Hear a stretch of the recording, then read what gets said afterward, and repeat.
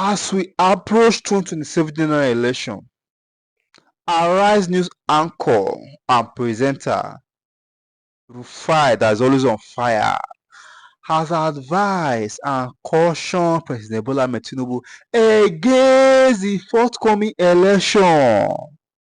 Because as it is now, President Bola Ahmed Tinubu is thinking that 2027 will be Uhuru, a walkover, a free way for him to walk straight to his second term, since there is no viable opposition that is willing, formidable, and that has one house to combat or restore power with him, because he is using the likes of Wike and others to destabilize the PDP and in the Labour Party, allegedly. Note, allegedly. Leads to what El-rufai, that's always on fire, said, and his advice to President Bola Ahmed Tinubu. Former governor of Kaduna State, Malam Nasir El-Rufai, says the relationship between President Bola Tinubu and the North has deteriorated less than 2 years into his administration, warning that he may be given the good luck Jonathan treatment ahead of the 2027 elections. El-Rufai made the statement in a post on his verified X handle yesterday titled 2027 Southwest Tinubu's Supporters Playing with Fire, Part 1. The former governor's comments came as the national chairman of the All Progressives Congress, Dr. Abdullahi Ganduje, yesterday urged Northerners nursing presidential ambitions in 2027 to bury the idea, insisting that Tinubu would serve his statutory 2 terms. El-Rufai had been attacking the ruling APC and the policies of the Tinubu government, even as political gladiators across party lines continued to mull the idea of floating a coalition capable of defeating APC.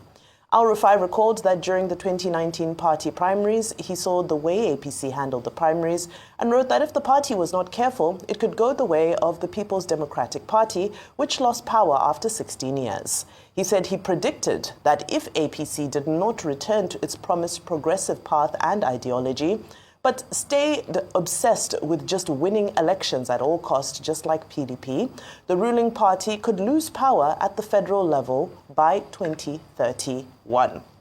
Well, back in the news again is... He never left, actually. He never left. He's been in the news in the last few days. Since last week, Yeah, exactly. yeah. Ayo, your take on this? We're almost 2 years to the date to the next election, Right, and things are already this heated. All right, so it was about this time 2 years ago when we were preparing for the general elections, if you recall, February 2023. And then, of course, it was May 29, 2023 that this administration came into power formally. And let me go back to former governor of Kaduna State, who has had a lot to get off his chest in the last few days, especially through his ex-post. I think he's Nigeria's own Trump, has the opportunity to just speak a lot on his social media platforms. I think if I want to summarize his speech, which interestingly starts with an admonition from the Bible, that is that, what's the admonition now? That it's too early. I'll get there. I'll get the quote. It's just skipping my mind now. No, when I saw it, I thought that's quite interesting. It was saying that it was important. So it's titled Southwest Tinubu's Supporters Playing with Fire.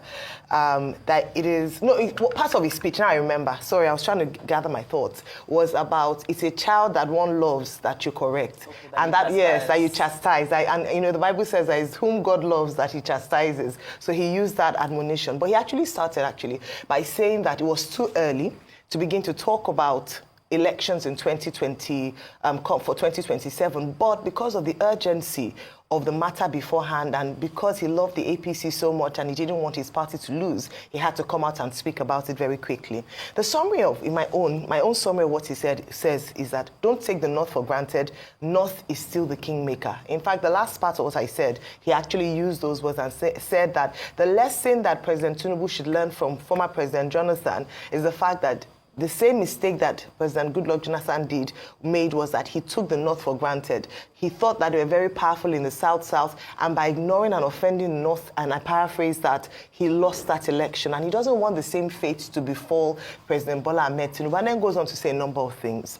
Now, is he correct with regards to not taking the North for granted? Perhaps, of course. I mean, in many countries around the world, there are stronghold regions. There are places where if you want to win an election, you have to be very intentional because of many factors, largely because of the population. And, you know, this, you can tie this with the call for creation of new states, because a lot of people have often said that it is, when we come to population mapping, it is skewed in favor of the North. But we cannot deny the fact that when we come to population, the North is important.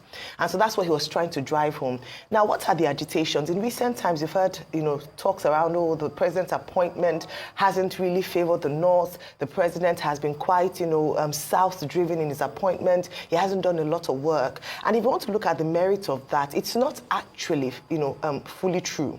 If you look at the activities and his appointments, many of them have reflected the North. I mean, the Chief of Defense Staff is from the North, and we've also had interventions. In fact, and I'll wrap up very shortly, the First Lady has often gone to the North through her Renewed Hope initiative to give, you know, to that part of the country. But it feels like they are not satisfied, they are not happy yet with what is going on. If the president must win the election, there are a lot of factors against him at this point, and I end here. Number one is the coalition that is being formed. There are talks with Atiku going around and talking to different people. Number two is this North agitation. He has to face that and see what he can do in the interim. Number three is if other strongholds, you know, emerge in the next few days or months, you know, to challenge his candidature. But I think, I mean, there's some merit to what El-Rufai said, but I also think it's also time for us to begin to review the fact that the North is not the only region in Nigeria. There are other regions that make up the nation that also determine, if they come together, who emerges as president. So the truth is, what he's saying is something we should take seriously. And even more seriously because he mentioned the Jonathan treatment. And we all know the Jonathan treatment. What was the Jonathan treatment? A lot of people felt that Jonathan violated certain agreements because he was not supposed to come back for a second term. He said he was going to do one term. And the PDP had internal crisis and the North went against them. So pretty much that's the thrust of the conversation. And he kept on warning that we'll be like the PDP if we don't check our internal mechanisms.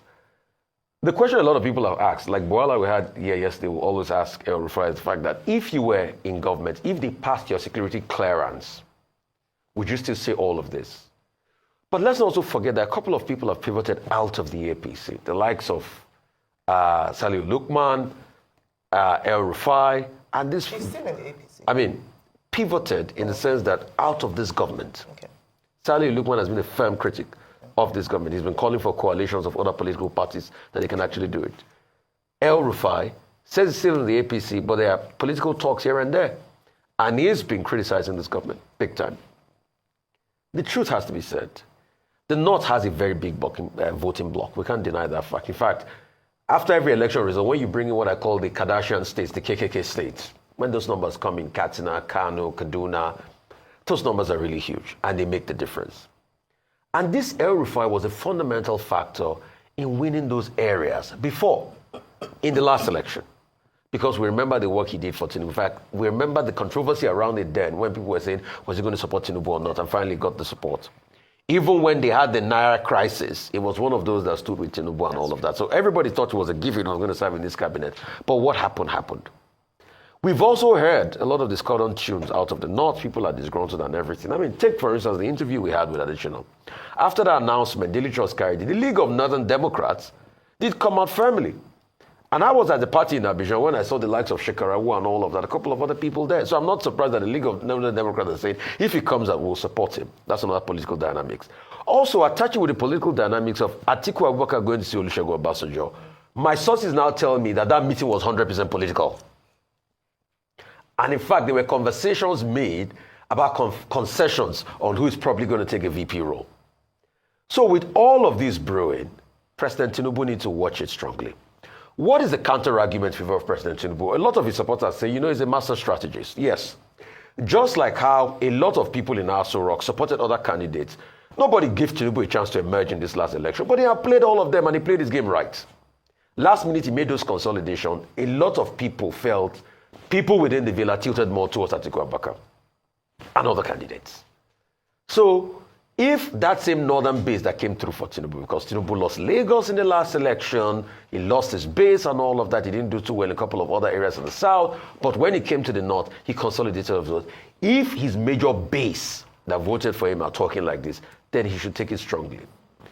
What have been the arguments? The arguments have been, yes, he's been nepotistic in nature. They've said, oh, in fact, they don't even say he gave positions to people in the south. They say he gave it to the Lagos boys. That's the argument. In fact, somebody was telling me the other day as regards, Kayode Okpei-Fast. Oh, railway. Somebody would have thought he should have gone to the north or something. Then he's gone to another Lagos boy, as it were. But that doesn't shroud Kayode Okpei-Fast's competence. In all of this, what should he do? Tinubu needs to reach out. He's been doing a lot. I mean, there was a couple of, overtures being made, like you said, about his wife and all of that. But he also needs to reach out. But a lot of people are also confident that Tinubu is a master strategist. He's going to bring the North in before the election. He's going to consolidate his base, that other people are just talking. And the fact that most of the other political parties are not settled. In fact, you want to run an election in 2027, you are talking about a coalition, but people have not agreed. Obi wants to run, Atiku wants to run, Saraki wants to run, everybody wants to run. But Tinubu is the only constant factor here because he's incumbent. All right, there's so much to take away and to unpack, but very quickly, I'll just focus on the things that really stood out to me. And to me, one of the major talking points was the fact that the conversation around zoning, as much as, yes, we are, both of these individuals affirmed that the zoning does need to stay in the south and it needs northern support. However, the spirit behind zoning is being deeply eroded. And that's because it's not a constitutional requirement. So for me, this conversation raised the question, is it time for us to constitutionalize the zoning formula? If you look back to the spirit that we had at the Lapal House when this was first conceptualized, and of course, yes, the military governments also had their own formula for power sharing and zoning.